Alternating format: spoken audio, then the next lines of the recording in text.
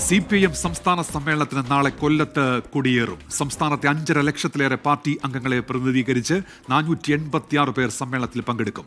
3 വർഷത്തെ പ്രവർത്തനം വിലയിരുത്തുന്ന രാഷ്ട്രീയ സംഘടനാ റിപ്പോർട്ട് സമ്മേളനത്തിൽ അവതരിപ്പിക്കും. Polit bureau coordinator Prakash Karat സമ്മേളനം ഉദ്ഘാടനം ചെയ്യും. ശ്രീജിത്ത് ഇപ്പോൾ കൊല്ലത്തുനിന്ന് വിവരങ്ങളുമായി ചേരുന്നുണ്ട്. ശ്രീജിത്ത്, ഈ ഒട്ടേറെ ചർച്ചകൾ ഇതിനോടകം ആരംഭിച്ചിട്ടുണ്ട്. ആർക്കൊക്കെ ഇളവ്, പ്രായപരിധി നിബന്ധന കർശനമാക്കുമോ, എന്തൊക്കെ കാര്യങ്ങളായിരിക്കും CPIMന്റെ സംസ്ഥാന സമ്മേളനത്തെ ശ്രദ്ധേയമാക്കുക ഇക്കുറി? ശ്രീജിത്ത്.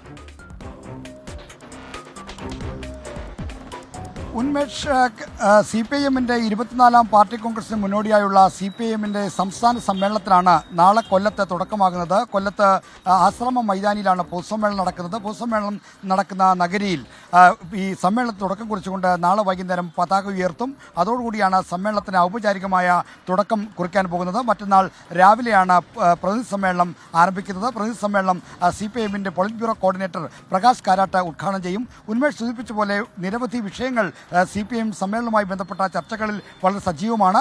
എന്നാൽ ഈ സമ്മേളനത്തെ ശ്രദ്ധേയമാക്കാൻ പോകുന്ന ഏറ്റവും പ്രധാനപ്പെട്ട കാര്യം ഈ സമ്മേളനത്തിൽ അവതരിപ്പിക്കാൻ പോകുന്ന നവകേരള കാഴ്ചപ്പാടുമായി ബന്ധപ്പെട്ട പുതിയ രേഖയാണ്. നവകേരളത്തിൻ്റെ പുതുവഴികൾ എന്ന പേരിലുള്ള രേഖ അവതരിപ്പിക്കാൻ പോകുന്നത് മുഖ്യമന്ത്രി പിണറായി വിജയനാണ്. എറണാകുളം സമ്മേളനത്തിലും നവകേരള കാഴ്ചപ്പാട് എന്ന പേരിൽ ഒരു രേഖ അവതരിപ്പിച്ചിരുന്നു. ആ രേഖയിലാണ് ഇപ്പോൾ ഏറ്റവും വിവാദമായതും സജീവമായ ചർച്ചയ്ക്ക് ഇട നൽകുന്നതുമായ സ്വകാര്യ സർവകലാശാല അനുവദിക്കാമെന്ന നിർദ്ദേശം കടന്നു വന്നത്. അതുപോലെ തന്നെ കേരളത്തിൻ്റെ ഭാവി വികസനവുമായി ബന്ധപ്പെട്ട ശ്രദ്ധേയമായ CPIMന്റെ പ്രഖ്യാപനങ്ങളും നയം മാറ്റത്തിന്റെ സൂചന നൽകുന്ന തീരുമാനങ്ങളും ഈ രേഖയിൽ ഉണ്ടാകുമെന്നാണ് പ്രതീക്ഷിക്കുന്നത്. ഇതോടൊപ്പം തന്നെ കഴിഞ്ഞ 3 വർഷക്കാലത്തെ രാഷ്ട്രീയ സംഘടനാ പ്രവർത്തനങ്ങൾ അവലോകനം ചെയ്തുകൊണ്ടുള്ള റിപ്പോർട്ടും അവതരിപ്പിക്കും. അതിനുമേൽ നടക്കുന്ന ചർച്ചയും വളരെ നിർണായകമാണ്.